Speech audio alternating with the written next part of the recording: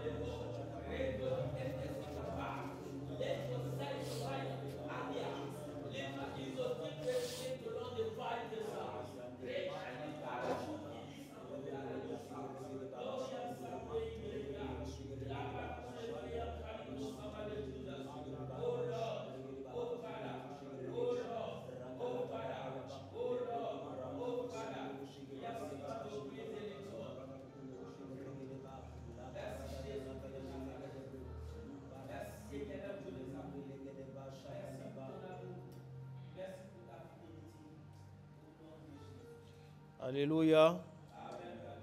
Que Dieu te bénisse. Je crois que nos prières sont montées à l'endroit de Dieu. Le sujet de prière qui avait été donné, il s'agissait de prier pour dire à Dieu de venir nous parler, de parler à notre cœur, de parler à nos vies, parce que justement, c'est le temps de la parole. C'est l'heure de la parole, nous avons notre moment de jeûne. C'est un moment de jeûne, de prière, d'enseignement et également d'action prophétique. Il y a des actions prophétiques à venir. Et toutes nos actions prophétiques sont basées sur la parole de Dieu. C'est pourquoi il est primordial dès maintenant d'écouter cette parole-là afin de comprendre ce que nous sommes en train de faire et de voir ce que Dieu va faire également dans nos vies. Il faut dire Amen. Amen. Et Dieu, il est fidèle. Il ne nous abandonne pas. Chaque fois que nous avons besoin de lui, il répond, me voici. C'est la promesse qu'il nous a faite. Que Dieu te bénisse abondamment. Amen.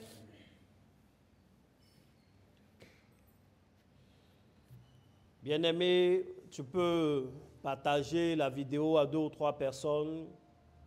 Tu peux mettre un statut, tu peux mettre des cœurs. Tu peux montrer que tu es là. Amen. Tu peux montrer que tu es présent, que tu es là.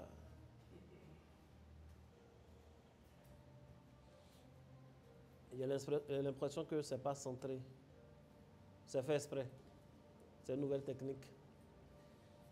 C'est votre travail. Peut-être c'est une nouvelle technique, une nouvelle prise de vue.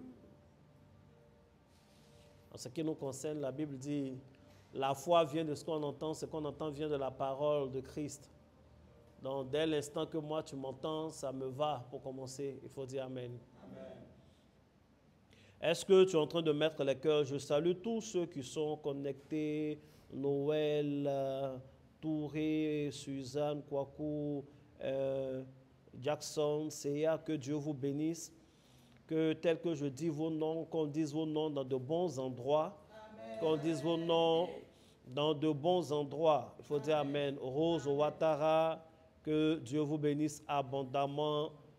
Au Camon, sacrificateur, que Dieu vous bénisse abondamment. Maman de Robot, que Dieu te bénisse abondamment. Joshua, que Dieu te bénisse abondamment. Amen.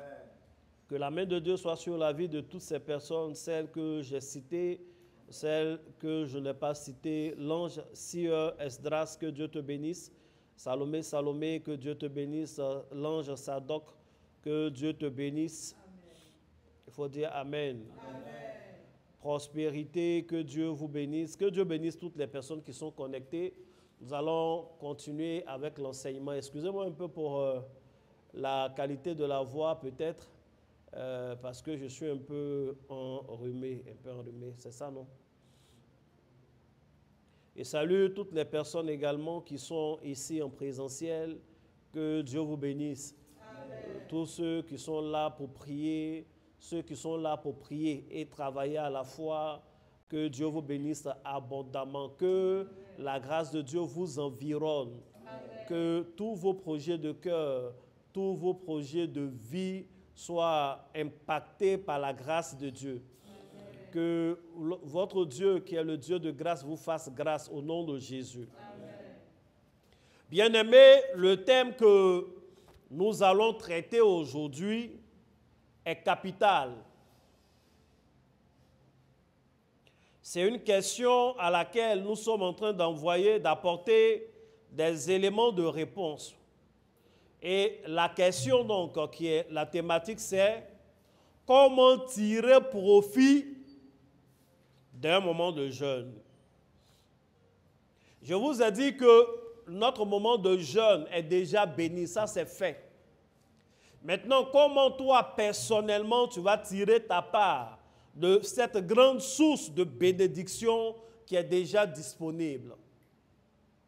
Je vous ai également dit que la grâce de Dieu est disponible chaque fois que nous jeûnons. Mais alors, comment est-ce que tu peux tirer profit d'un moment de jeûne? On a déjà été enseigné sur l'importance du jeûne. Mais lorsque nous sommes en train de jeûner, quelles sont les attitudes, des dispositions de cœur? Et hier, nous avons commencé. Hier, nous avons planté un décor général. Et je crois que l'enseignement d'hier était exceptionnel. L'enseignement d'hier était pratique. Et ça nous a apporté beaucoup d'informations. On a appris que la première personne à jeûner, c'était Adam. Il a fait un jeûne partiel. C'est Dieu qui lui a donné le jeûne. Il lui a dit, et tu dois faire un jeûne partiel. Il y a des choses que tu manges, mais tu ne mangeras pas. Et à partir de là, on a compris que le jeûne nous permet également de préserver nos acquis. Il y a eu beaucoup de choses. On a cité tout un chapelet de personnages dans la Bible qui ont jeûné. On a cité tout un chapelet de raisons pour lesquelles on devrait jeûner et on a déjà entamé des attitudes. Je pense que l'enseignement est toujours disponible sur YouTube.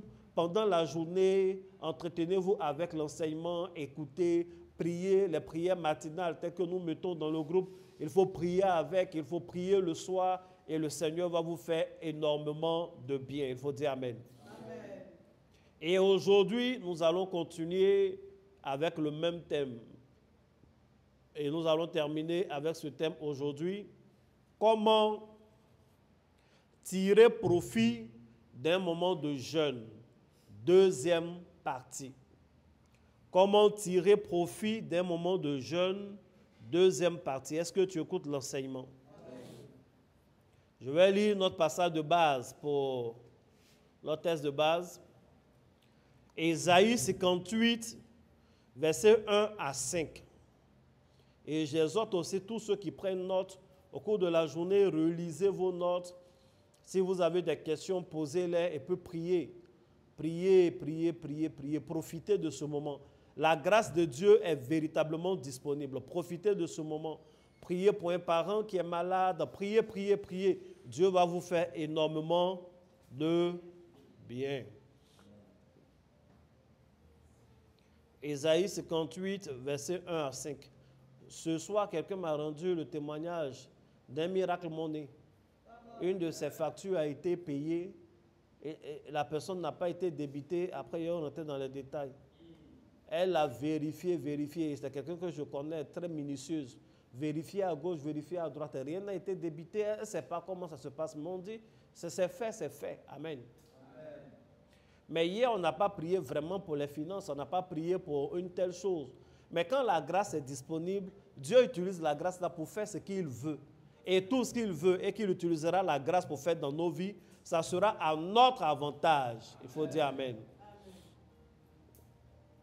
Ésaïe 58, verset 1 à 5. Crie à plein gosier. Ne te retiens pas. Élève ta voix comme une trompette et annonce à mon peuple ses iniquités, à la maison de Jacob ses péchés. Tous les jours, ils me cherchent. Ils veulent connaître mes voies. Comme une nation qui aurait pratiqué la justice et n'aurait pas abandonné la loi de son Dieu. Ils me demandent des arrêts de justice. Ils désirent l'approche de Dieu. Que nous sert de jeûner si tu ne le vois pas, de mortifier notre âme si tu n'y prends point égard. Donc, le texte a été lu. Amen. Le texte de base, donc, c'est Ésaïe, chapitre 58. J'ai lu du verset 1 au verset 9. La question, c'est de savoir comment on peut tirer profit d'un moment de jeûne. Le jeûne étant défini comme une privation totale ou partielle de nourriture sur un jour complet ou sur des parties de la journée. Nous avons commencé un jeûne qui s'étend sur 21 jours. Et nous commençons chaque matin par des prières à 5 heures. Et à 18 heures, il y a la rupture. Même après la rupture, les consignes qui ont été données, c'est que chacun reste en esprit de prière, en esprit de méditation. Et nous allons faire cela pendant 21 jours. Et pendant 21 jours, il y aura des témoignages par la grâce de Dieu. Mais il y a des éléments qui font la différence. Il y a des choses que Dieu attend de nous. Il y a des gestes qui font la différence. Des attitudes, si tu les sais et que tu les mets en pratique, tu vas mieux profiter de ce moment de jeûne et de tous tes moments de jeûne.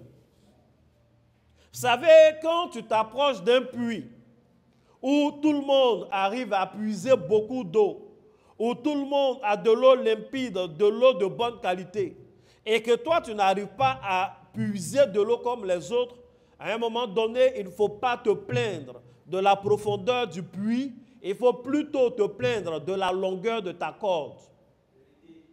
Et les choses que je suis en train de vous dire, cette image que je prends, c'est que la grâce est disponible et chacun doit puiser. Mais tu es responsable, quelque part, de la longueur de ta corde et de la qualité de ta cruche. Et c'est ce qu'il te faut que Dieu me met à cœur de t'enseigner sur ces 2 jours-là. En fait, je suis en train de te donner des prérequis. Il dit, vous faites des jeûnes. Dieu se plaint et les hommes aussi se plaignent. Les hommes ont donné l'impression à Dieu qu'ils le cherchent. Dieu même parle. Il parle même au conditionnel. Et il dit à son prophète, va leur parler. Et quand le prophète parle, mais les cœurs sont déjà braqués. Le prophète les appelle à la repentance, ils n'ont pas envie d'écouter parce qu'ils disent, ça sert à quoi de chercher ce Dieu-là qui ne se montre pas? Ça sert à quoi de jeûner si même nos jeunes, ils ne le voient pas? Ça sert à quoi de mortifier nos âmes, de nous priver de nourriture? Autant vivre comme on veut, parce que quand nous jeûnons, Dieu ne le voit pas. Qu'on jeûne ou qu'on ne jeûne pas, ça ne change pas. Lorsque nous engageons nos moments de jeûne, il n'y a pas un avant et un après. La vie continue comme toujours. Et le peuple qui parlait de cette façon-là était sincère. Parce que pour eux, ils font le jeûne. Alors Dieu, il parle à travers Ésaïe pour leur dire, le problème justement est dans leur façon de jeûner. Ce n'est pas qu'ils ne jeûnent pas, mais ils jeûnent mal. Ils jeûnent en faisant des choses qu'on ne doit pas faire. Ils jeûnent en ne faisant pas des choses qu'on doit faire. Et la première chose que Dieu leur reproche, et la première chose qu'il ne faut pas pratiquer, si tu veux profiter d'un moment de jeûne, il dit, vous jeûnez et vous vous livrez à vos penchants. Donc, il faut dire ce qu'il ne faut pas faire. Se livrer à ses penchants. Il faut dire Amen. Amen. Il dit, vous dites que vous allez jeûner. Vous choisissez des jours, il y a des jours. Le jour de l'Éternel, le jour du Seigneur, qui est un jour de jeûne. Effectivement, vous ne mangez pas la nourriture.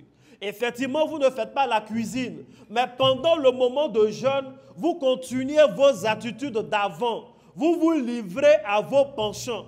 Vous vous conduisez vous-même. Vous suivez vos voies. Vous suivez vos loisirs. Les choses qui vous font plaisir, vous continuez dans ces choses. En fait, la seule chose que vous faites, c'est que vous ne mangez pas, mais l'attitude de vos cœurs et vos gestes ne changent pas. Vous vous livrez à vos penchants.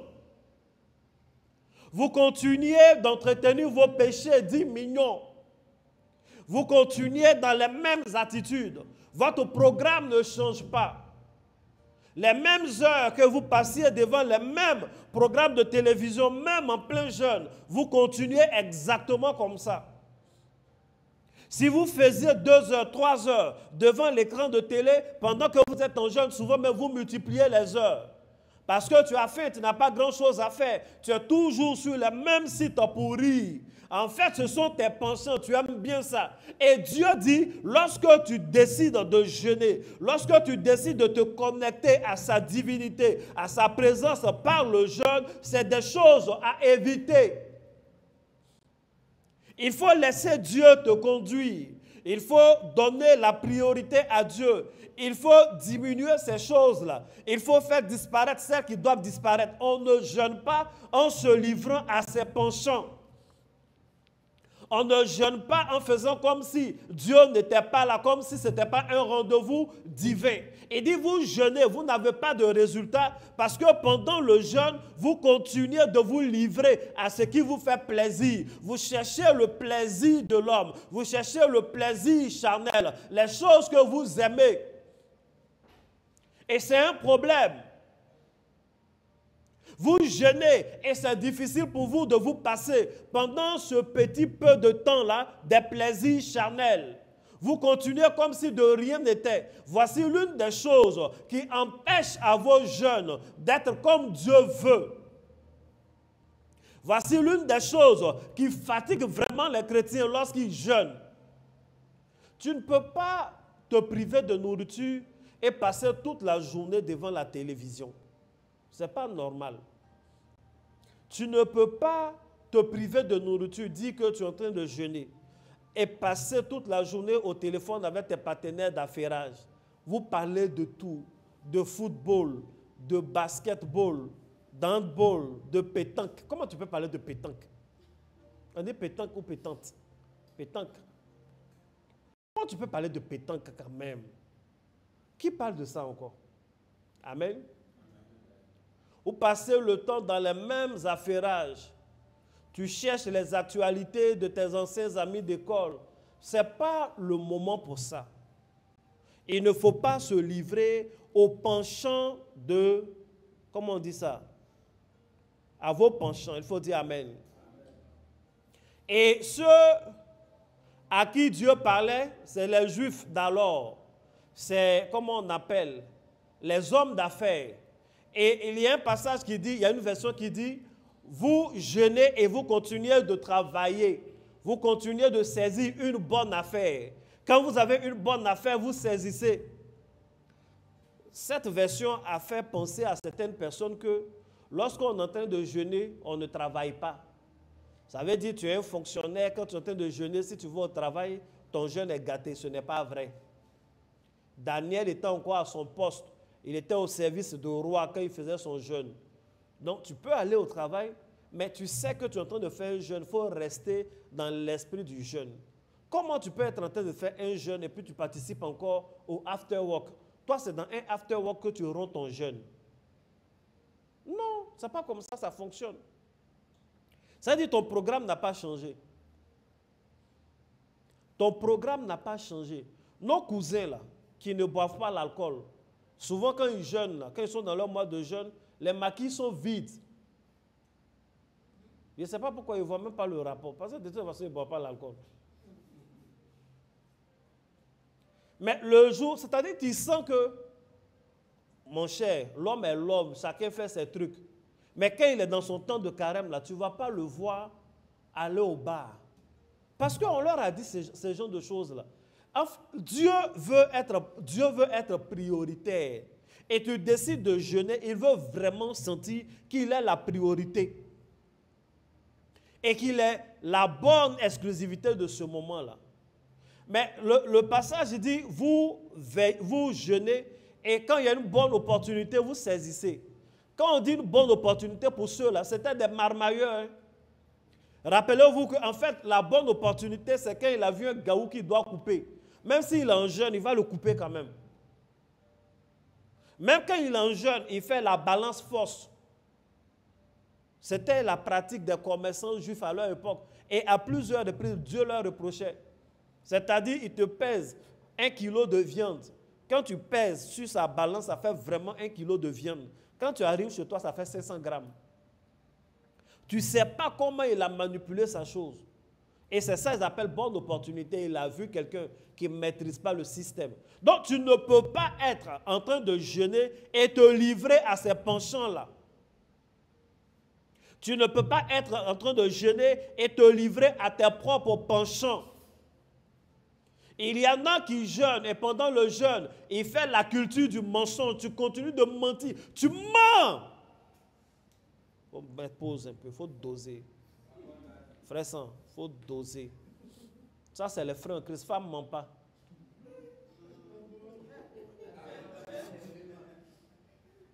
Femme ne ment pas. Il y a une fille qui a dit là-bas, c'est vrai.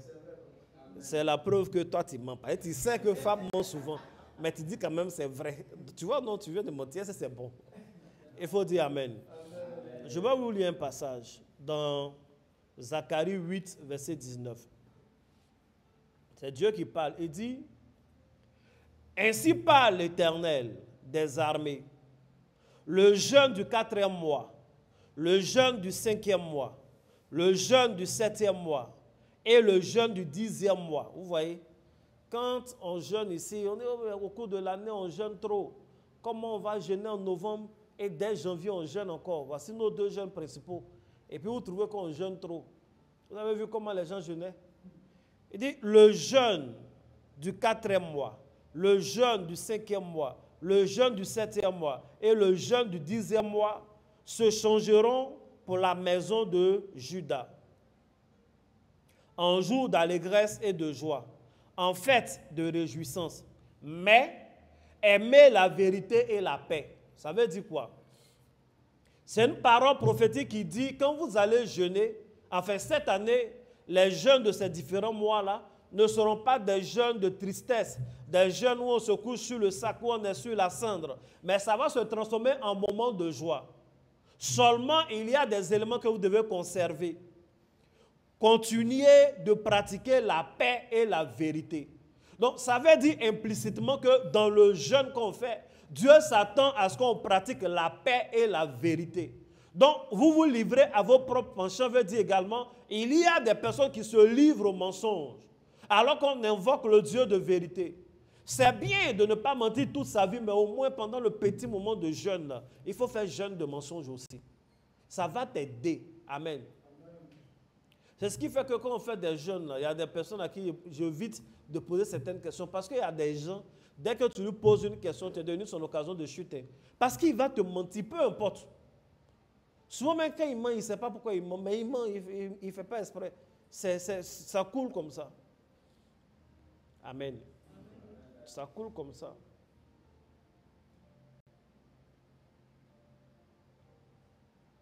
Il y a des gens qui ne réfléchissent pas pour mentir. Hein? Dès que tu lui poses la question, ça y est là. Maintenant, quand il finit de mentir et puis tu parles, tu l'as attrapé sur un truc, ou tu l'as attrapé là, il va te faire douter que non, hein, ce que tu as vu là, ce n'est pas ce que tu as vu. Hein. Et puis il parle, il met 2 ou 3 mots. Il y a un verset biblique qui dit, mais pourquoi quand tu parles, tes propos sont bizarres comme ça. Qui veux-tu tromper? C'est Dieu qui parle comme ça. Parce que les gens parlaient comme ça à Dieu aussi. Dieu écoute son peuple. Mais les gars, là, leur manière de parler, la rhétorique, et maintenant on ne s'engage pas, mais on est avec toi. Qu'est-ce qu'il veut dire par là? Qui veux-tu tromper? Bien-aimé, c'est le point 1, on va aller vite. Ne vous livrez pas à vos penchants. Et je sais que nous avons la bonne volonté de ne pas nous livrer à nos penchants. Et le diable, sachant que si nous sommes dans les bonnes dispositions, le moment de jeûne, nos moments de jeûne personnels, nos moments de jeûne annuels, communautaires, vont tellement nous apporter beaucoup de choses, croyez-moi, il ne restera pas les bras croisés. C'est le moment même où toutes les opportunités de se livrer à ces penchants vont arriver. Je prie et je déclare que tu prennes le dessus sur la chair au nom de Jésus. Je prie et je déclare que ta volonté prime au nom de Jésus. Que la force, la décision, ta résolution de respecter ce moment prenne le dessus au nom puissant de Jésus. Et dit, vous jeûnez mal. Parce que pendant votre moment de jeûne, vous traitez durement vos travailleurs. Vous êtes en train de jeûner et ceux qui sont sous votre responsabilité, vous les traitez durement. Vous êtes trop dur avec ceux qui sont autour de vous. Vous êtes trop menaçant. Vous êtes dur avec eux. Vous savez, maltraiter les gens, ce n'est pas toujours crier, il y a crier. On peut crier. Tu es en train de jeûner, tu cries seulement sur la servante. Temporise un peu, gère. Elle travaille pour toi. Elle est venue travailler pour toi. C'est vrai, souvent c'est des contrôles, les filles. Là. Hein? Mais c'est ta fille aussi. Gère, temporise. Quand on est en train de jeûner, on traite différemment. C'est un moment de jeûne. Il faut dire Amen. Amen. Il faut gérer doucement avec l'équipe de travail. Amen. C'est le lieu pour moi de parler avec mon équipe de travail qui essaie de ne me pousser pas à bout. Pas parce qu'elle dit non, il faut temporiser, il faut temporiser. Donc ne gâtez pas mon jeûne. Si vous gâtez mon jeûne, on va prolonger. Si elle gâté un jour, on va mettre 2 jours sur le jeûne. On va finir fin décembre là-bas. Que Dieu vous bénisse. Non, mais c'est sérieux. Ne maltraitez pas ceux qui sont sous votre responsabilité ou ne maltraitez pas ceux qui sont autour de vous. La maltraitance, c'est parler, bavader, mais la maltraitance peut être aussi morale. Amen. Tu as commencé à jeûner et puis tu boudes. Tu sais que ton mari tient à toi. Il est là. Il veut te parler, il veut causer un peu avec toi, mais tu boudes. En fait, tu as créé une histoire juste avant le jeûne. Pour qu'il soit là, il est triste, il ne comprend pas trop. Quand il te parle, tu ne réponds pas. Quand il fait jour, tu t'en fous de lui. En fait, tu le maltraites d'une certaine façon. Ce n'est pas comme ça on fait. Tu fais ça à ta femme, ce n'est pas comme ça on fait. Il faut gérer un peu doucement. Chicote moins les enfants, parle-leur. Économise contre leur coût, là, après tu vas donner. Il faut dire Amen. Et si tu peux annuler, mais il faut annuler. Que Dieu te bénisse. Amen. Donc il dit, vous traitez durement vos travailleurs. C'est pourquoi vos jeunes, là, je ne regarde pas. Vous voyez, c'est des choses très simples. C'est des choses simples, mais Dieu l'a dit clairement. Ça ressemble à un procès. Et c'est ce que moi j'aime chez le peuple juif dans l'Ancien Testament. Quand Dieu parle, eux aussi ils parlent. Bien souvent, nous autres là, nos peuples ne comprennent pas. Quand Dieu parle, dès que Dieu parle, on se couche, oh Seigneur, pardon, et puis on pleure pour des choses qu'on n'a pas comprises. Quand eux, Dieu leur parle, Dieu leur dit, mais vous ne me cherchez pas. Tout ils ont dit, oui, parce qu'on est jeune, tu ne vois pas. On prie, tu n'entends pas. On ne mange pas pour rien. Donc, vaut mieux on va manger. Ils ont été clairs et honnêtes. Ils ont dit ça. Amen. S'ils n'avaient pas réagi comme ça, nous, on n'aurait pas cet enseignement aujourd'hui. Et Dieu leur a dit, oui, vous jeûnez, c'est vrai. Je sais que vous ne mangez pas. Ça encore, ça n'a rien à voir avec les gens qui se cachent pour jeûner là, et pour manger. Il y en a quand il y a jeûne, là, ils se cachent pour manger. Quand tu demandes quels sont ceux qui font le jeûne, il est le premier à lever ses 2 mains. C'est pour ça, moi, il ne demande pas, pour ne pas pousser les gens à mentir pour rien. Souvent, même la huile est là encore, et puis il lève sa main. Tu te demandes, mais huile qui est sur ta bouche, non, j'étais en train de prier, j'ai senti la main d'un ange, il m'a dit, ta bouche est ointe. Peut-être c'est son huile qui est là. C'est huile de galette. Tu manges quand tu manges sur un. Que Dieu te bénisse. Donc c'est de ça qu'il est question. Le troisième point, il dit, vous jeûnez, mais pendant que vous êtes en train de jeûner, pendant que vous êtes privé de nourriture, vous êtes engagé dans les disputes et les querelles, dans la bagarre. Vous frappez vos amis avec un coup de poing violent. Vous jeûnez et vous faites des palabres, des querelles, donc des querelles verbales.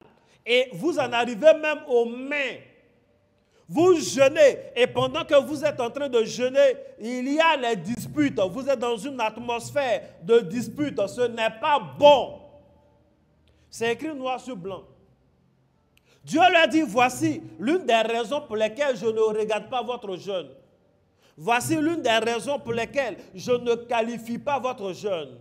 Je ne l'approuve pas. Je ne le considère pas comme un jeûne. Je le considère plus comme un régime alimentaire, peut-être pour perdre du poids ou voilà, pour économiser les mets et la provision.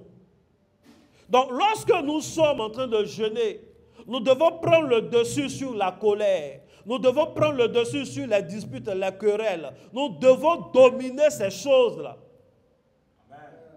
Et je vais dire à une personne, lorsque tu t'engages dans un moment de jeûne, que ce soit personnel, que ce soit communautaire, ou vraiment Dieu est dans la chose, et tu décides de jeûner, il va y avoir toujours des situations qui logiquement doivent te conduire à la dispute. Mon frère, il faut zapper ça. Palabre là, on fait à deux. Si un est monté sur le ring, et que toi tu n'es pas monté sur le ring avec lui, est-ce qu'il va avoir palabre? Il faut les laisser seuls sur le ring. La femme qui est en train de te fatiguer, elle veut forcément que vous vous disputiez là. Il faut la laisser seule sur son ring. Le frère en Christ, le collaborateur qui veut forcément les disputes là, il faut le laisser seul sur son ring. Il ne va pas avoir bagarre. Ou bien ce n'est pas comme ça que ça se passe. Parce que c'est toi qui es en jeûne. C'est toi qui sais ce que tu veux. C'est toi qui connais la valeur de tes sujets de prière. Ne laisse pas ces gamineries-là venir gâcher ton moment de jeûne. Ne laisse pas les disputes de 2 minutes, 3 minutes. De toute façon, après vous allez vous réconcilier. Et tu vas laisser cela gâter ton jeûne. Il faut zapper. Il faut prier, dire à Dieu de t'aider. Tu mets en veille quelque part là-bas. Ça va mourir de lui-même. Amen. Laisse ça comme ça. Pendant que je suis en train de parler, quelqu'un se rend compte que chaque fois qu'il veut faire un jeûne, il y a des situations comme ça. Que ce soit un jeûne personnel, que ce soit un jeûne communautaire, il y a toujours une situation de querelle. C'est Satan qui fait ça. C'est Satan qui fait ça parce qu'une fois que tu es vraiment engagé dans le jeûne et que tu respectes les vrais principes du jeûne, il n'y peut rien. Il ne peut rien contre ton exaucement. Il ne peut rien contre la visitation de Dieu pour ta personne. Il ne peut rien contre la grâce de Dieu et sa gloire qui relâche dans ta vie. Et je prie pour quelqu'un, mets la main sur le cœur. Je prie pour toi en ce soir. Que Dieu te donne le cœur qu'il faut. Je prie au nom de Jésus que Dieu te donne le discernement qu'il faut. Et que chaque fois que le diable sera en train de prendre des personnes, de prendre des gens, de prendre des situations pour t'amener dans des querelles, pour t'amener dans la bagarre, pour t'amener dans ces choses qui arrachent la paix. Que Dieu te donne de dévoiler, de voir clairement que c'est l'œuvre du diable et qu'il te donne la sagesse et la stratégie de prendre le dessus. Au nom de Jésus. Amen. Il faut dire Amen 3 fois. Amen. Amen. Amen. Que Dieu te bénisse. Amen. Donc, c'est ça. Et cela a des conséquences. Il faut bien dire Amen. Amen. Cela a des conséquences. Je suis toujours dans Ésaïe 58. Et la conséquence, la première conséquence que Dieu va dire, je pense que ça fait pitié. Il faut dire Amen. Amen. Ça fait pitié. Il dit, vous ne respectez pas ces principes-là, c'est pourquoi vos prières ne montent pas. Ça t'attriste pas? Ça ne t'attriste pas? Quelqu'un peut copier et coller le verset précis en commentaire? C'est quel verset qui reconnaît?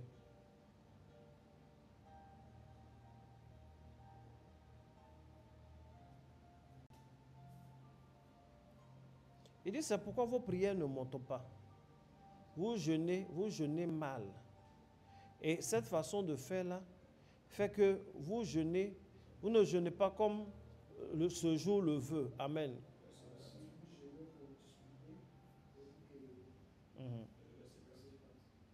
Vous jeûnez pour vous disputer, vous quereller, pour frapper méchamment du poing. Vous ne jeûnez pas comme le veut ce jour. Pour que votre voix soit entendue en haut. Amen. Ça, c'est la version lu second. Que votre voix soit entendue en haut. La voix, pour qu'elle soit entendue en haut, elle monte. Donc, ces petites choses que je suis en train de citer, ces trois petites choses dont nous parlons, en fait, empêchent à ta voix d'être entendue en haut. C'est grave. Ça veut dire que tu es en train de jeûner, tu es ici sur terre. Là. C'est toi seul qui es au courant.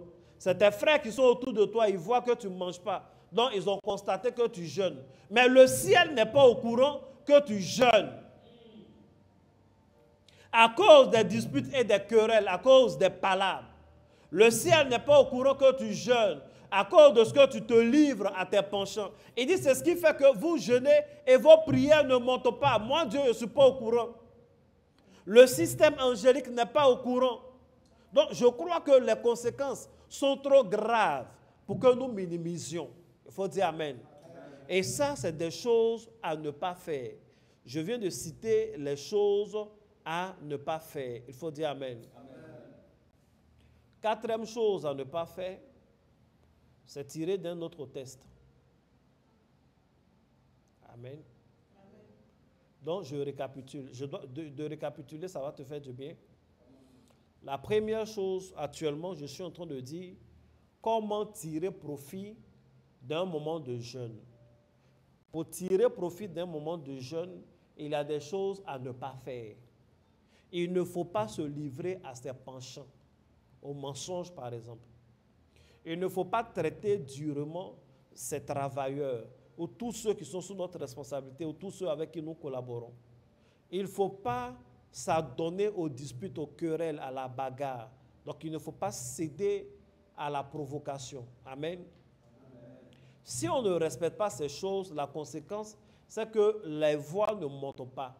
Les voix ne sont pas entendues en haut. C'est trop grave. Il faut dire Amen. Donc, il faut faire attention à ces trois points-là. Quelle est la quatrième chose à ne pas faire? Il ne faut pas faire, pour ceux qui prennent note, il ne faut pas faire le jeûne vuvuzela. Le jeûne vuvuzela, il ne faut pas le faire. C'est pas bon. Le vuvuzela, c'est cet instrument-là dans lequel les gens soufflent et qui fait du bruit. C'est comme une trompette.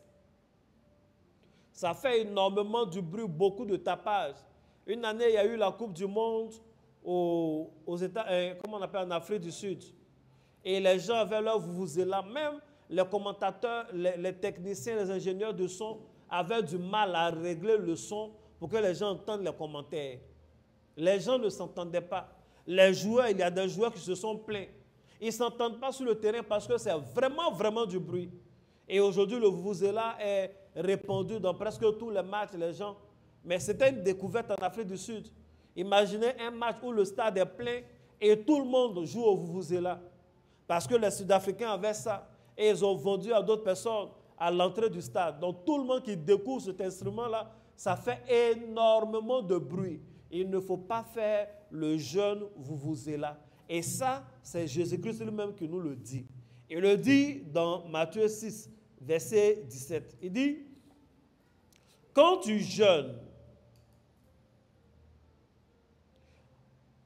Amen, je veux monter un peu plus. Parce que ça, là, il est en train de dire ce qu'il faut faire, n'est-ce pas? Il dit de ne pas jeûner comme les pharisiens, comme ce qu'ils font. Quand les pharisiens sont en train de jeûner, toute la République est informée qu'ils sont en train de jeûner. En fait, l'information vient à eux. Il doit te montrer qu'il jeûne. Il doit te dire, faire la publicité qu'il est en train de jeûner. Alors là, il jeûne. Amen. Verset 16 de Matthieu 6. Lorsque vous jeûnez, ne prenez pas un air triste comme les hypocrites, qui se rendent le visage tout défait pour montrer aux hommes qu'ils jeûnent. Je vous le dis en vérité, ils reçoivent leur récompense. Amen. Donc, quand tu jeûnes, on ne jeûne pas pour montrer à la République qu'on est en train de jeûner. Faire du bruit, du tapage. Souvent, ton visage est triste. On dirait que ça fait 1 an que tu manges pas. Alors que c'est hier on a commencé. Dès que tu as dit, ah nous on est en train de jeûner, ah nous on jeûne, ah nous on jeûne, c'est ce qu'on appelle le jeûne vuvuzela. Et ça aussi, il y a une conséquence. La conséquence, c'est que quand tu fais ainsi, Dieu ne te récompense pas. Il dit à les gens auprès de qui tu as fait la publicité, leurs commentaires qu'ils vont faire, leur appréciation, quand ils vont dire, ah celui-là il est pieux, celle-là elle est pieuse, elle jeûne. En fait, ce commentaire-là, c'est ta récompense. S'il y a autre chose que le jeûne devait te donner, il faut savoir que tu viens de vendre, d'échanger cette chose-là avec un commentaire ou une appréciation d'un homme sur terre. Donc, on ne fait pas le jeûne où vous êtes là. Des gens, quand ils sont en train de jeûner, ils sont assis comme ça. Ça, c'est il est allé au travail. Et il y a quoi, hein? C'est non, pasteur, Dieu, on a qu'à jeûner, ils sont en train de jeûner. Je ne suis pas malade, ils jeûnent, ils sont en train de jeûner. Il y a quoi? On a dit c'est jeûne, on n'a pas dit c'est deuil. Au contraire, le jeûne, tu dois être heureux parce qu'on te donne une opportunité, un moment, c'est un temps de rencontre. Tu rencontres ton Dieu, tu te mets dans une atmosphère spirituelle. On ne fait pas le jeûne, vous êtes là. On ne fait pas le jeûne, vous êtes là. Il y a des gens, quand ils sont en train de partir à la retraite pour jeûner, quand il prend le départ, il y a photo. Quand il arrive au pied de la montagne, si c'est une montagne qu'il a choisie, il y a photo. Quand il finit de monter, il y a photo. Quand il est en train de prier, souvent il prie en langue. Et puis il fait selfie comme ça. C'est pas bien cadré. C'est quoi? Pourquoi on ne veut pas prendre exemple sur les anciens? Les anciens, si tu as vu une photo de lui en train de jeûner, c'est que ça fait 1 an, le jeûne est déjà fini. Si tu as vu, c'est que c'est fini. Si tu as appris qu'il est en train de jeûner son jeûne personnel, c'est qu'il a fini de faire. Et quand il a fini de faire, souvent il en parle auprès de lui pour donner un exemple. C'est-à-dire c'est dans un esprit d'enseignement. Ce n'est pas dans un esprit pour qu'on l'acclame, pour qu'on dise oui, lui il jeûne beaucoup. Si tu as vu une photo de moi quelque part et que je suis en train de jeûner, mon frère, c'est que je suis déjà descendu du jeûne.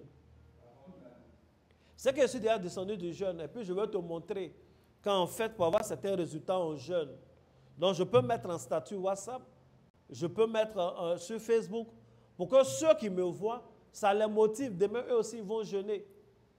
En tout cas, il faut retenir que le jeûne où vous êtes là donne la récompense des hommes. Et le jeûne discret, le jeûne qu'on fait vraiment pour les choses de Dieu, donnera la récompense du Père. Il faut dire Amen. Donc, on vient de dire ce qu'il ne faut pas faire. Et on vient en même temps de dire leurs conséquences. Les 3 premières choses que nous avons citées avec Esaïe ont pour conséquence d'étouffer la voix de ta prière, de faire de sorte que ça ne monte pas. Je prie et je t'exhorte à la fois. Ne laisse plus tes prières rester sur terre à cause de ces petites choses. Laisse-les monter au nom de Jésus. Laisse-les monter à cause de la valeur de ce que tu demandes. La 4e chose qu'on a citée, c'est le jeûne où vous êtes là. Sois discret et puis sois bien. Amen. Donc déjà, en enseignant sur ce qu'il ne faut pas faire, implicitement, Je viens de dire ce qu'il faut faire. Il faut faire le contraire de tout ce qu'il ne faut pas faire. C'est aussi simple que ça. Il faut dire Amen. Mais on va quand même peut-être détailler dans toujours l'exhortation. Si on vient de dire ce qu'il ne faut pas faire, mais alors, lorsqu'on est en train de jeûner, qu'est-ce qu'il faut faire? Parce que, pourquoi je reviens dessus? Ce n'est pas nécessairement automatique. Et il y a des gens qui peuvent ne pas faire ce qu'il ne faut pas faire, mais qui vont rester neutres. Il y a des choses à éviter, mais il y a des choses aussi à faire. Et Jésus nous dit de ne pas faire le jeûne vuvuzela. Si on ne fait pas le jeûne vuvuzela, qu'est-ce qu'on doit faire? Matthieu 6, verset 17. Il dit, mais quand tu jeûnes, parfume ta tête et lave ton visage. On va rentrer dans des choses quand même un peu mystiques. Et c'est important. Tout ce qu'on est en train de dire, c'est la parole de Dieu. Donc, des sens, c'est mystique. Il dit, mais quand tu jeûnes, parfume ta tête et lave ton visage, afin de ne pas montrer aux hommes que tu jeûnes, mais à ton Père qui est dans le lieu secret. Et ton Père qui voit dans le lieu secret te le rendra. Donc, lorsque tu es en train de jeûner, ne fais pas le jeûne vuvuzela pour ne pas recevoir une récompense d'homme. Mais il faut être discret pour recevoir la récompense de Dieu. Et là, de la discrétion enseignée par Jésus lors du jeûne s'articule autour de deux axes. Il dit, lorsque tu jeûnes, il faut parfumer ta tête. Quand tu jeûnes, il faut parfumer ta tête. C'est littéral. Ça veut dire que quand tu jeûnes, il faut être propre. Amen. Nos jeûnes qu'on fait là, on se lave. Il faut te laver, il faut te peigner. Et puis il faut sentir bon. On est en jeûne, tu es en jeûne. C'est jeûne tu fais, tu n'es pas malade. C'est jeûne tu fais, on n'est pas fou. Pas jeûner comme... Non, c'est un jeûne communautaire qu'on est en train de faire. Ou bien, c'est vrai, on se mêle tout et tout, mais il faut quand même te laver. Dieu aime ça. Jésus dit, quand vous êtes en train de jeûner là, lavez-vous et puis parfumez-vous. Il regarde les pierres, les jarres, et puis il dit, vous quand vous jeûnez, lavez-vous hein, et puis mettez parfum aussi. Ça c'est le maître qui enseigne ça. Il faut dire Amen. Amen. Mais parfumer sa tête est symbolique de beaucoup de choses. C'est vrai, il y a l'hygiène. C'est-à-dire, il faut avoir une bonne apparence, il ne faut pas faire pitié. Parce que tu es en train de jeûner, ne montre pas que tu souffres trop physiquement. Si tu ne tiens pas, il faut prier un peu, va te cacher, dors. Réveille-toi un moment et puis tu vas faire de bons songes. Amen. Mais ne fais pas pitié, ne traîne pas. Si à un moment donné, tes lèvres, nous autres qui aimons boire là, tu ne bois pas beaucoup maintenant, tes lèvres commencent à sécher, tu demandes un labello, non? Voilà, tu mets. Mais ne montre pas trop que tu es en train de jeûner, c'est trop compliqué, ou tu marches, tu traînes lentement les pas, on dirait que tu es malade. Non. Donc il y a, c'est vrai, l'aspect hygiène et tout ça.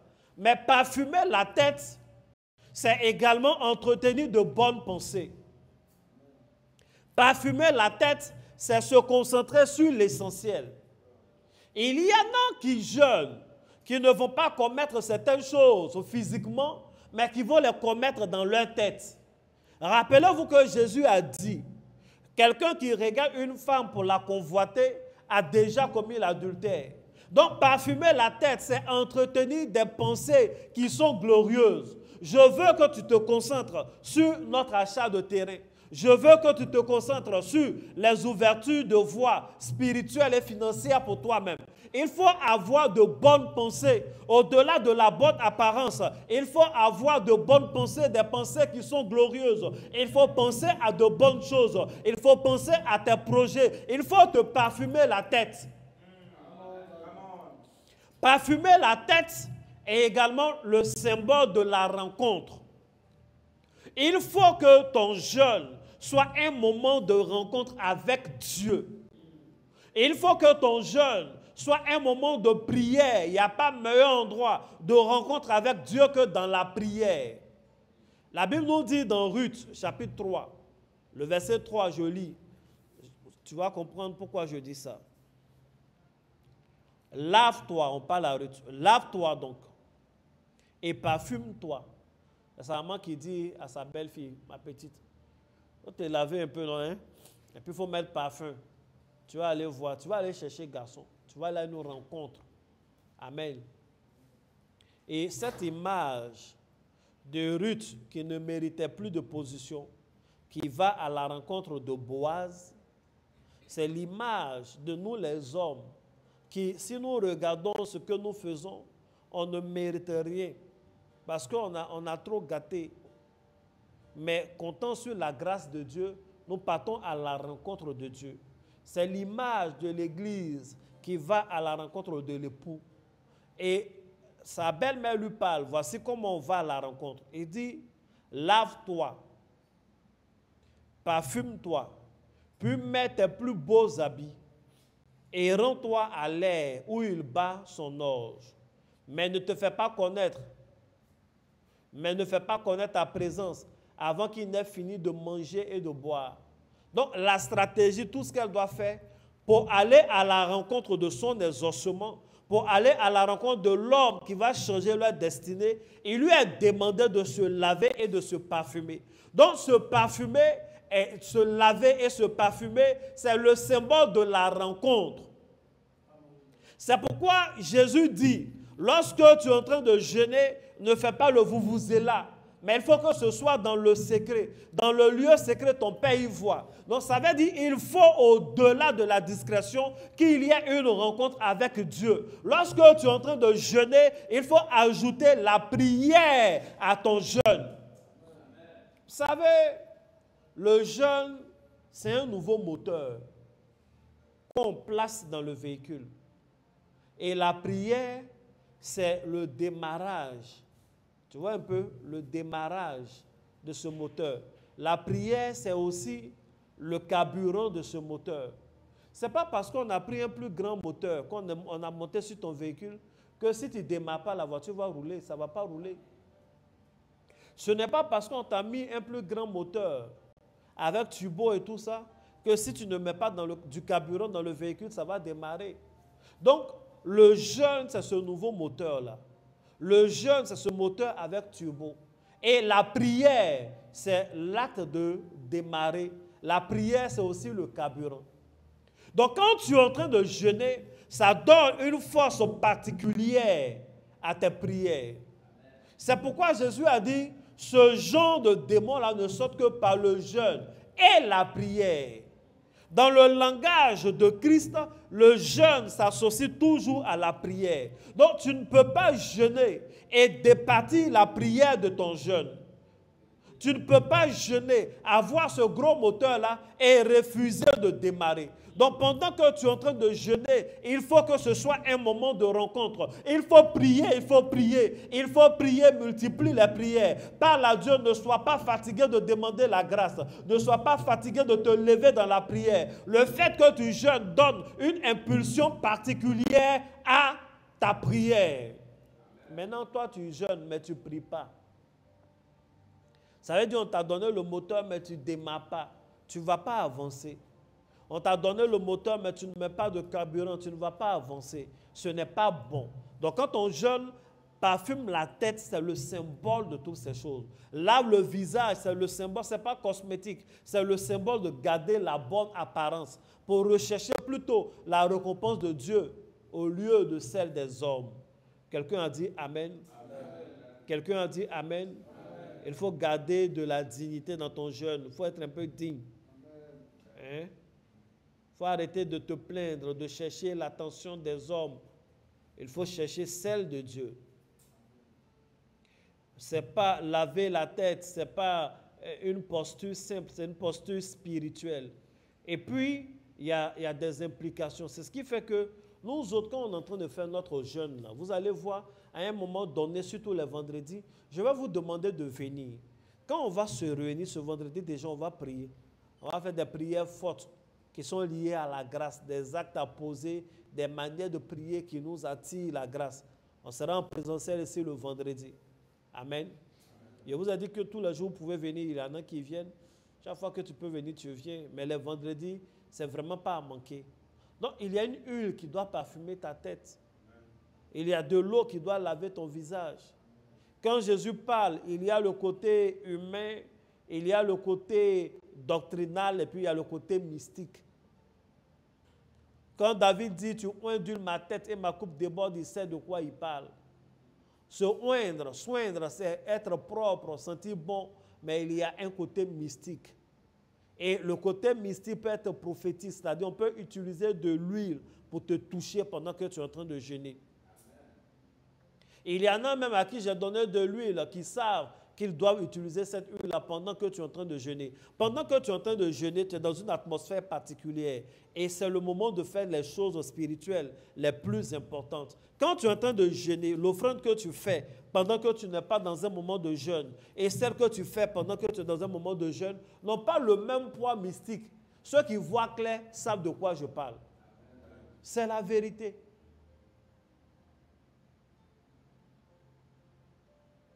Les deux meilleures manières de faire les offrandes, c'est de faire tes offrandes pendant que tu es dans ton moment de jeûne ou de faire tes offrandes dans un esprit festif. Voici les deux. Il ne faut pas faire des offrandes passivement comme ça. Non. Bon, tu peux faire, c'est un soutien pour l'œuvre. Mais moi, je te dis, ce qui va te permettre de tirer profit de tes actes, le maximum. Quelqu'un a dit Amen? Amen. Que Dieu te bénisse abondamment. Est-ce que quelqu'un est en train d'apprendre? Donc, on est en train de dire ce qu'il faut faire. Ce qu'il faut faire, il faut laver ta tête avec l'huile, il faut laver le visage, il faut te parfumer avec l'huile qui sent bon. Et il faut laver le visage avec l'eau. Qu'est-ce qu'il faut faire? On va aller dans Ésaïe 58 toujours, verset 6.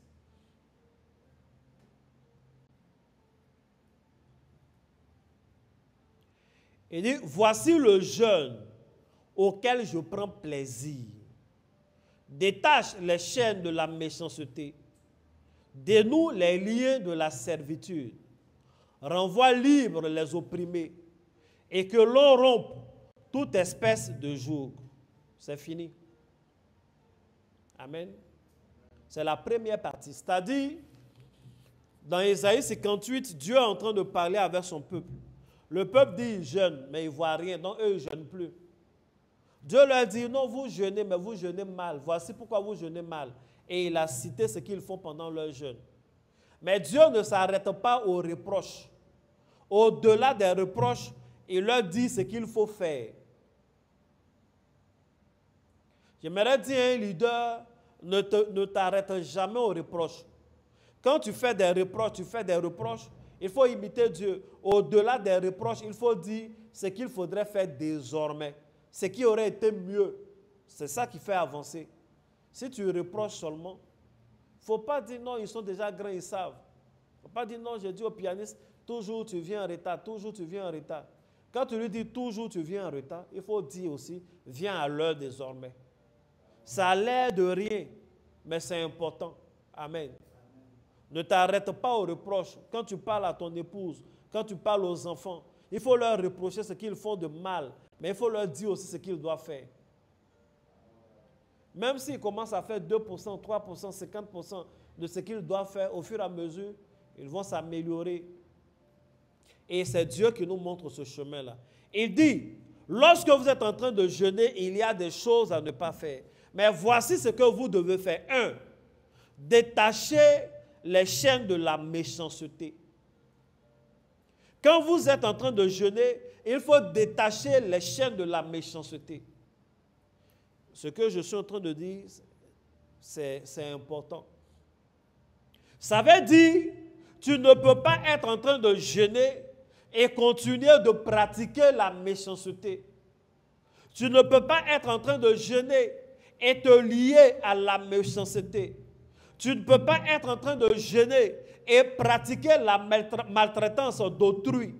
Il faut détacher les chaînes de la méchanceté. Il faut arrêter avec les pratiques de la méchanceté. Il faut arrêter avec ces choses. Amen. Il dit il faut dénouer les liens de la servitude. Les liens de la servitude, c'est toujours ceux qui sont sous nos responsabilités, mais c'est nous-mêmes aussi. Vous savez, souvent, les liens de la servitude, les liens ont deux bouts. Il y a un bout qui attache à gauche et il y a un autre bout qui attache à droite. Les liens de la servitude, pour les dénouer, il faut avoir aussi cette capacité-là de pardonner. Il faut libérer ton cœur. Il y a des choses qu'on t'a fait, ça fait mal. Mais tant que tu ne réussis pas à pardonner, en vérité, tu es encore attaché à la personne qui t'a fait mal. Et tu es attaché du mauvais bout. Tu es encore asservi à la douleur. Lui, il t'a fait mal et puis il est parti. Il t'a fait mal, il continue sa vie. Mais toi, tu es encore sur ça. Ce n'est pas pour lui que tu dois pardonner. C'est pour toi-même que tu dois pardonner. Lorsque tu t'engages dans un moment de jeûne, il faut prier Dieu. Il faut dire à Dieu de t'aider à débarrasser ton cœur des rancunes. Vrai là, on prêche à l'église. Non, il faut laisser tout ça là. Mais il y a les choses qu'on te fait là, ça fait mal. Hein? Il y a des attitudes, il y a des méchancetés des hommes, ça douille même. Quand on te fait, ça fait mal. C'est impossible, humainement parlant, de laisser tomber comme ça. Mais je prie que le Seigneur prenne soin de ton cœur. Il a dit, garde ton cœur plus que toute autre chose, car de lui viennent les sources de la vie. Laisse tomber, laisse couler. Regarde, oublie-le, oublie-la. Oublie ces choses-là. Dénoue les liens de la servitude. Il faut libérer les opprimés. Souvent, le premier opprimé que tu dois libérer, c'est toi-même. Tu dois te libérer de ces choses. Tu dois te libérer de cette histoire. Tu dois te libérer de cette histoire. Il y en a qui entretiennent les mêmes choses. Chaque fois, il revient dans son téléphone pour lire les messages qui t'ont frustré, qui t'ont fait mal. Il faut oublier avec ça. Il y en a qui reviennent, qui réécoutent les notes vocales de ces fois où on t'a manqué, mais vertement, de respect, où on s'est foutu de toi. Le fait de continuer de t'entretenir avec ces choses, en fait, tu entretiens la douleur et ça va te faire mal, ça te fatigue. Et Dieu dit, ça fait partie des choses qui alourdissent ton cœur, qui alourdissent ta voix, qu'il faut que tes prières ne montent pas. La détestation d'autrui. Il faut dire à Dieu de t'aider, dis Seigneur, libère mon cœur. Pourquoi tu ne dis pas? Seigneur, libère mon cœur. Ça, tu n'es pas prêt. Seigneur, libère mon cœur. Seigneur, libère mon cœur. Ils m'ont fait mal. Ce qu'ils ont fait là, ça me fait mal. Mais libère mon cœur. Libère mon cœur. Vous savez, Dieu est ton Père. Tu peux parler avec lui. Il est aussi ton ami. Moi, je prie comme ça. Par expérience, par beaucoup de prières, il y a beaucoup de choses qui devraient faire tellement mal par moment. Mais mon fou, ça ne me fait pas tellement mal. Je passe vite dessus. Mais il y a des choses souvent que tu subis là. Je me rappelle, je priais un jour, il a dit à Dieu, Seigneur, tu m'as fait passer par des écoles qui laissent tomber mes vrai, ça là. Ça me fait mal même. Oui, je prie comme ça, ça me fait mal. L'affaire là me fait mal. L'affaire ci me fait très mal. Mais tu m'as appelé à bénir. Tu ne m'as pas appelé à maudire. Tu m'as appelé, les secrets spirituels que tu m'as donnés, c'est pour le bien des hommes. Ce n'est pas pour leur mal. Tu sais que je voulais parler, prononcer des choses, souvent verser l'eau, faire des trucs comme ça arrive. Mais moi, je n'ai jamais fait, je ne veux pas faire. Mais je ne fais pas, c'est vrai, ma bouche est fermée. Mais vrai, là, ça me fait mal parce que ce n'est pas juste. En plus, ce n'est pas vrai. Mais, Seigneur, fais passer l'eau. Et puis, il y a une eau fraîche du Seigneur qui passe là. Ça te donne la paix du cœur. En fait, tu es étonné. Tu n'arrives pas à libérer ton cœur de beaucoup de choses parce que tu veux faire avec tes propres forces. Tu vas voir, il sait où. Quand Dieu dit garde ton cœur plus que toute autre chose, la meilleure des choses à faire, c'est de confier ce cœur-là à Dieu lui-même. Parce que nous-mêmes, on ne peut pas garder notre cœur. On ne peut pas. Tu seras en colère. Tu seras toujours en appel d'une vengeance. Tu veux... Non. Et ces choses-là alourdissent ta voix. Ça fait que ta voix ne monte pas dans le système spirituel.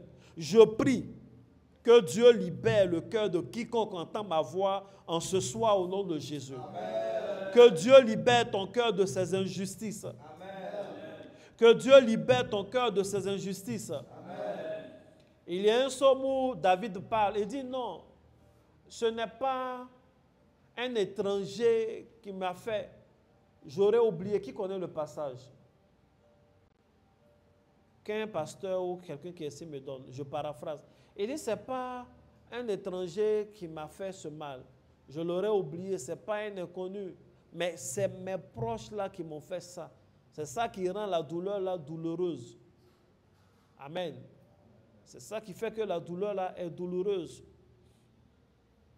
Vous voyez dans le psaume, de continuer à parler seulement, quelqu'un va trouver, non? Il dit, si un étranger m'avait fait, c'est un bon verset de Goumen. Il dit, mais c'est mon ami, celui avec qui je partais fièrement. Fièrement. Non, c'est pas ça. Il dit, on partait ensemble dans la maison de Dieu. Ça, c'est verset de Goumen. Tu vois, ton cheminant, où de vous partir au culte ensemble, les matins, il passait te chercher, et puis après, il t'a jeté.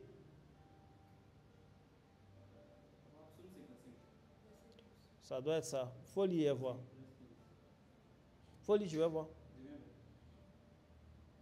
Hein?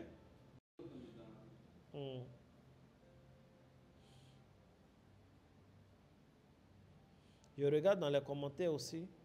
Si quelqu'un a trouvé, si quelqu'un a eu Goumen, normalement il doit connaître ce passage. Mais vos Goumen là ne sont pas bibliques. Tu es chrétien, même quand tu as Goumen là, il faut t'assurer que ton Goumen aussi est biblique. Lis et vois. Ce n'est pas un ennemi qui m'outrage. Je le supporterai. Ce n'est pas mon adversaire qui s'élève contre moi. Je me cacherai devant lui. C'est toi que j'estime mon égal. Toi, mon confident et mon ami. Ensemble, nous vivons dans une douce intimité. Nous allions avec la foule à la maison de Dieu. Amen. Amen. Je vais lire avantage du micro. Psaume 55, verset 13. Et ce n'est pas un ennemi qui m'outrage. Je le supporterai. Ce n'est pas mon adversaire qui s'élève contre moi. Je me cacherai devant lui. C'est toi que j'estimais mon égal. Toi, mon confident et mon ami. Ensemble, nous vivions une douce intimité. Nous allions avec la foule à la maison de Dieu. Il faut dire Amen. Amen. Voilà. Voilà les personnes qui lui donnent Goumen là. Ça, c'est un Goumen biblique. Il dit, ce n'est pas un étranger, c'est toi mon égal. Et si tu ne dis pas à Dieu de prendre ton cœur, il y a des choses terribles que tu vas faire. Vous voyez le verset suivant, il dit que la mort les surprenne. David n'a pas supporté. Il dit que la mort les surprenne, qu'ils descendent vivants au séjour des morts. Waouh! C'est-à-dire la mort, que la mort les surprenne. Ils n'ont qu'à être enterrés vivants. C'est ce qu'il est en train de dire. Qu'ils descendent vivants au séjour des morts. Car la méchanceté est dans leur demeure. Au milieu d'eux, c'est comme ça ils sont. Il faut dire Amen. Pour ne pas en arriver là, si le grand David, l'homme selon le cœur de Dieu, a prié comme ça, pour ne pas en arriver là, pourquoi il ne faudrait pas, comment on appelle, confier son cœur à Dieu? N'oubliez pas qu'à la suite de tout ça, là, à un moment, David a voulu bâtir le temple de Dieu et Dieu a refusé. Il dit, tes mains ont versé trop de sang. Tu as versé trop de sang, tu as trop tué. Verser trop de sang de David n'est pas forcément dans la guerre seule. Mais il y a des paroles qu'il a prononcées là, ça a créé des désastres. Dieu a dit non, laisse Salomon va gérer. Il faut dire Amen. Amen. Donc ce genre de choses là, tu le fais certes pour le bien des gens, mais tu le fais pour toi-même. Afin que tu puisses rentrer dans tous les projets et dans toutes les visions de ton cœur. Afin que tu puisses réaliser des choses et que toutes tes prières montrent qu'à cause de ta voix ne soit pas étouffée. Il faut dire Amen. Amen. Je prie que Dieu te donne le cœur qu'il faut. Je prie que Dieu te donne le cœur qu'il faut. Et que ceux qui te blessent, celles qui te blessent, ces choses qui te donnent toujours des rancunes, que ces choses-là s'éloignent de ta vie au nom de Jésus. Que Dieu te donne d'être dans une atmosphère paisible, une atmosphère de confiance sans trahison, au nom puissant de Jésus. Donc c'est ça. Si vous avez vu, pour les choses à faire, les 3 choses que je viens de citer, c'est-à-dire détacher les chaînes de la méchanceté, dénouer les liens de la servitude et libérer les opprimés, c'est-à-dire laisser tomber les vengeances, ces choses-là se résument en un seul point. Il faut remporter les batailles du cœur. Pendant tes jeûnes, il faut remporter les batailles, les combats du cœur et des émotions. Il faut gagner ça. Au-delà de remporter les batailles du cœur, la deuxième chose à laquelle Dieu s'attend pour accorder de la valeur, une valeur spéciale à notre moment de jeûne, c'est le partage. Quand tu es en train de jeûner, il faut pratiquer le partage. Dis le partage. Ésaïe 58, verset 7, il dit: partage ton pain avec celui qui a faim et fais entrer dans ta maison les malheureux, sans asile. Si tu vois un homme nu, couvre-le et ne te détourne pas de ton semblable. Il faut dire Amen. Amen. Donc, voici la deuxième chose à faire. Quand tu es en train de jeûner, il ne faut pas aller te briller pour rompre ton jeûne toi seul. Il faut partager. Dieu dit, vous dites que vous êtes en train de jeûner, mais même la bouillie de partage, là, vous ne partagez pas ensemble. C'est-à-dire, tu jeûnes avec ton frère, mais tu ne partages pas avec lui. Le jeûne est le meilleur moment où on doit partager. Tu dois partager autour de vous. Vous savez, quand on est en train de faire le jeûne et que je dis, venez, il faut qu'on se retrouve, il faut qu'on prenne la bouillie ensemble, il faut que vous veniez à l'église avec des packs d'eau, parce que quand vous venez avec des packs d'eau, avec du riz, avec les quoi que ces choses-là, c'est pour la rupture de tous ceux qui viennent. Donc, en fait, tu es en train de donner des choses, tu es en train de partager.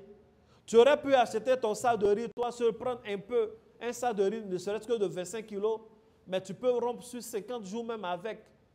Mais ça va t'apporter juste un peu de glucides supplémentaires. Alors que si tu envoies dans la maison de Dieu, ou si vous êtes dans des secteurs où vous pouvez vous retrouver, si chacun vient avec un peu de pain, un peu de sucre, un peu d'eau, ce partage-là, Dieu dit, c'est à ça que je prends plaisir. Et moi, il y a longtemps que je respecte ces choses-là, que je partage et ça me rapporte. Ça rapporte spirituellement, ça rapporte physiquement. Amen. Il n'y a pas longtemps, j'étais en train de parler à la maison et puis j'ai rendu un témoignage, ils se sont moqués de moi. Une année, il y a un peu longtemps, j'étais encore à l'école, je crois que j'étais en seconde même. J'ai fait 21 jours de jeûne où on ne descendait pas les soirs. Tu vois, quelqu'un est en train de faire seconde C, où on fait forme canonique. C'était terrible quand même. Et puis c'était un jeûne juste pour diriger prière. Donc, je ne descendais pas les soirs, je buvais de l'eau, je buvais un jus. Et puis c'est fini, même les fruits, même on n'en mangeait pas. Il était devenu maigre comme ça. Ma voisine est venue, mais voisin, tu es malade? Il a dit, non, je ne suis pas malade, mais bon, je ne suis pas trop en forme, mais ça va. Et puis, j'ai fini les 21 jours de jeûne. Mais je finis les 21 jours de jeûne, je n'ai rien même. Même pour faire offrande, je n'ai rien. Donc, quand j'ai fini, je suis allé à l'hôpital. Il y avait un centre pour donner mon sang. Je dis, je vais aller faire un don de sang. Parce que je n'ai rien à donner. Je ne sais pas ce que je vais donner à Dieu, à l'église. Je ne sais pas ce que je vais donner à l'homme. Personne ne peut prouver. Il n'est même pas l'argent, même transport. Donc, je vais aller donner mon sang. Donc, imaginez, en ce moment même, naturellement, il était très maigre. Et avec les 21 jours de jeûne, il était très, très, très mince. Donc, je suis venu, le médecin est sorti, il m'a vu, il dit, oui, monsieur, vous êtes venu pourquoi? Il dit, pour le sang. Il dit, ah, d'accord, on doit vous faire une transfusion. Ce n'est pas comme ça que ça se passe. Il a dit, non, non, non. Moi, mais je suis venu donner mon sang. Il m'a regardé. Il a regardé mes yeux, tout et tout, il dit, mets sur la balance. Et je suis monté sur la balance, je descends, il me dit, c'est sardine, tu veux un peu de pain et de sardine.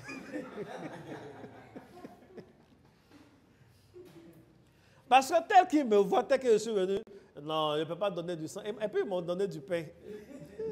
Non, il n'a pas pris mon sang, je suis parti. Amen. Parce que quand il m'a vu mon apparence même, il s'est dit que moi-même j'ai constaté que vrai là ça ne va pas. Et que je veux du sang et que je ne sais pas comment ça se passe. Comme ils ont mis banque de sang, moi je viens et je dis je veux du sang. Il dit non, que moi-même je suis venu donner. Il dit non, c'est que je veux manger pain, je veux sardine, c'est tout. Amen. Mais j'avais envie de donner quelque chose. Quand tu es en train de jeûner, il faut partager. C'est le meilleur moment de faire les offrandes. Quand chaque fois nous sommes en train de jeûner, je dis, faites les offrandes, les numéros sont là, viens en présentiel, faites les offrandes en argent, faites les offrandes en nature. Il faut donner autour de vous. C'est parce que c'est le jeûne auquel Dieu prend plaisir. L'esprit de partage. Il faut dire Amen. Il dit, partage ton pain avec celui qui a faim. Il faut faire des dons aux malheureux, il faut faire des choses.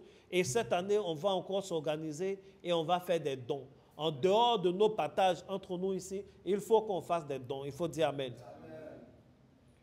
Les autres années, quand on a jeûné sous la direction de ONG Corneille, je ne sais pas si vous vous rappelez, on allait donner des choses. On allait donner des bouteilles d'huile, des habits, des choses, comment on appelle, déjà en interne ici à ceux qui avaient vraiment besoin qu'on les aide et donner aussi, comment on appelle, à des femmes, à Benjerville. Je donne à Benjerville en général parce que l'église est à Benjerville ici. C'est autour de nous qu'on doit faire du bien. Ce jour-là, on voulait aller donner dans un orphelinat. Quand on est arrivé à l'orphelinat, il y avait des camions qui étaient venus avec tellement de dons. Quand on a vu, on a dit, tiens, pour nous, là, ce sera une goutte d'eau. Amen. Mais quand c'est comme ça, il faut quand même donner quand tu peux. Mais nous, on n'a pas donné. On est passé par des dames, les femmes qui font des organisations dans des structures là pour vraiment recenser des gens qui sont nécessiteux. Et on allait vers eux et on a donné à ces personnes-là. Et Dieu nous a bénis. C'est tout ça là qui accompagne notre église. Notre église est bénie. On n'est pas très nombreux pour le moment, mais les gens sont bénis. Il y a toujours des témoignages. Il y a des dimanches, quand je viens au culte, je suis surpris. Quand je rentre dans la salle, il n'y a pas tellement de monde. Mais quand tu vas au parking, il y a tellement de voitures. En fait, les gens sont bénis parce que je vous enseigne ces choses-là. Je vous demande de le faire, qu'on le fait ensemble. Mais je demande à ce que ce soit votre culture. Et Dieu va vous faire du bien. Il faut dire Amen. Vous savez, je vais vous dire un truc, une analyse prophétique. Quand on est venu ici, il y a un papa, un monsieur, il est un peu vieux, qui est venu me voir quand je suis venu m'installer. En ce moment, je ne vous connaissais pas.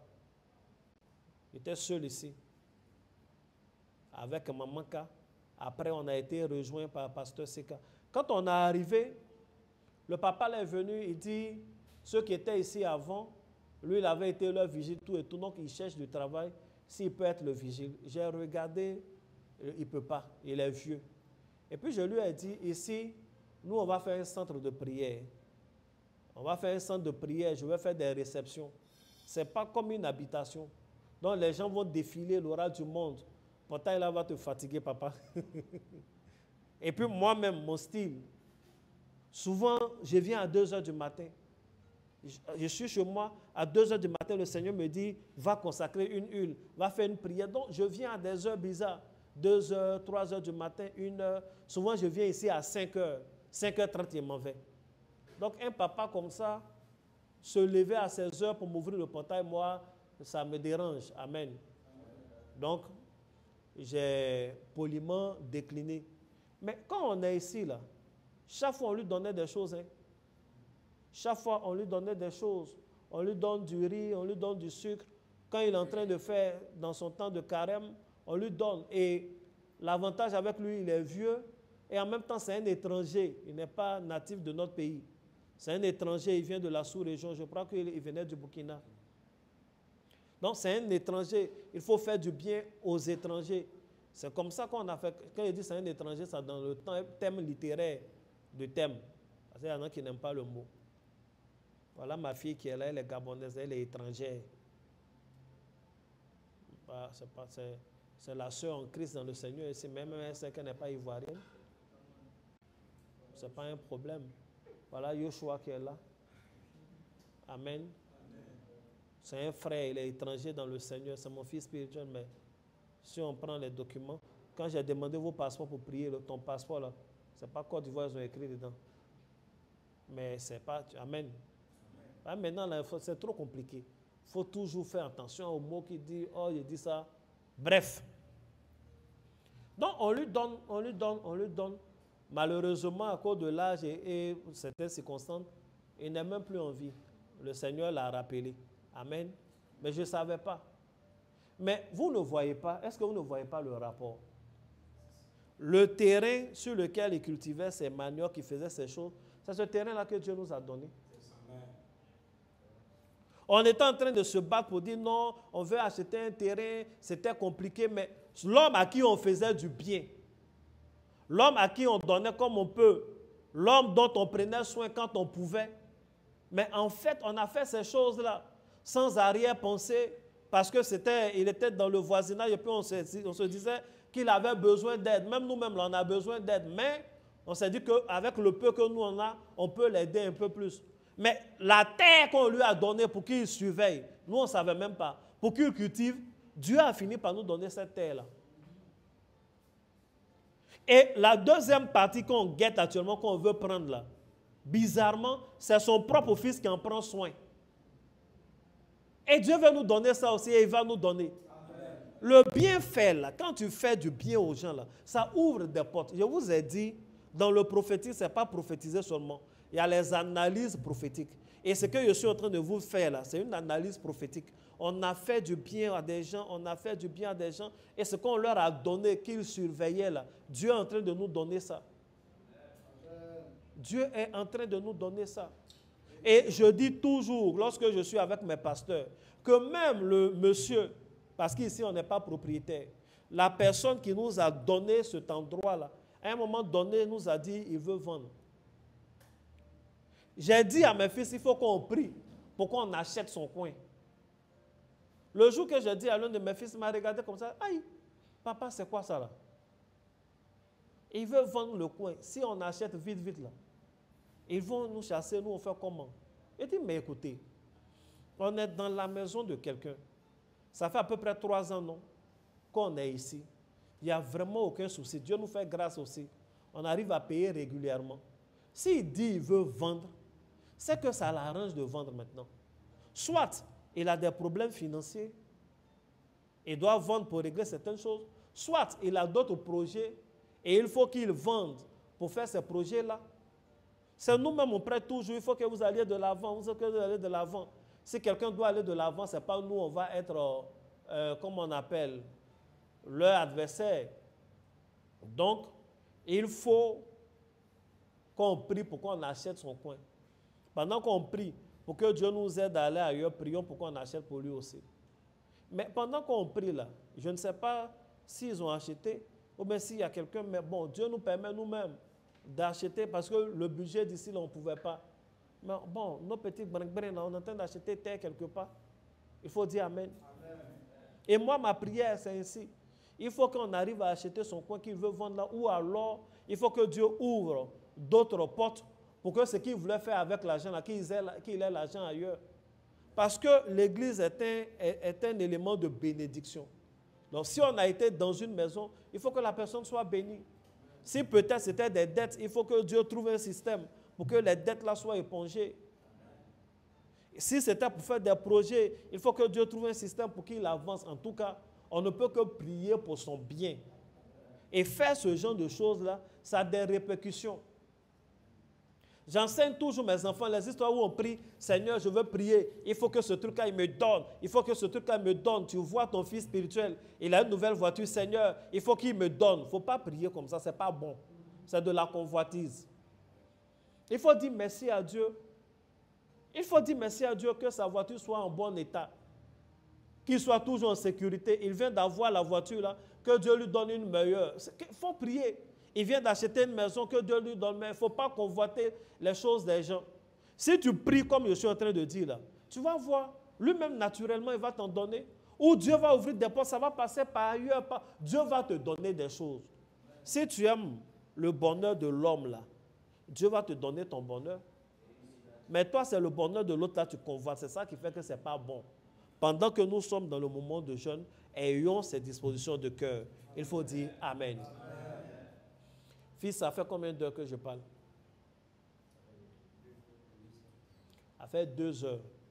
Je n'ai pas fini l'enseignement. Tout ce que je viens de citer, quand tu finis de faire, ça donne des avantages. Et il y a des secrets mystiques. Si je tire l'enseignement sur beaucoup d'heures, tu vas oublier l'essentiel de ce que j'ai dit. Donc, je n'ai pas fini l'enseignement, mais je vais mettre une pause. Demain, on va terminer. On va parler de feu, on va parler d'eau, on va parler de la terre, on va parler de l'air. Quels sont les apports de ces choses-là pour tirer profit d'un moment de jeûne? Est-ce que l'enseignement t'a fait du bien?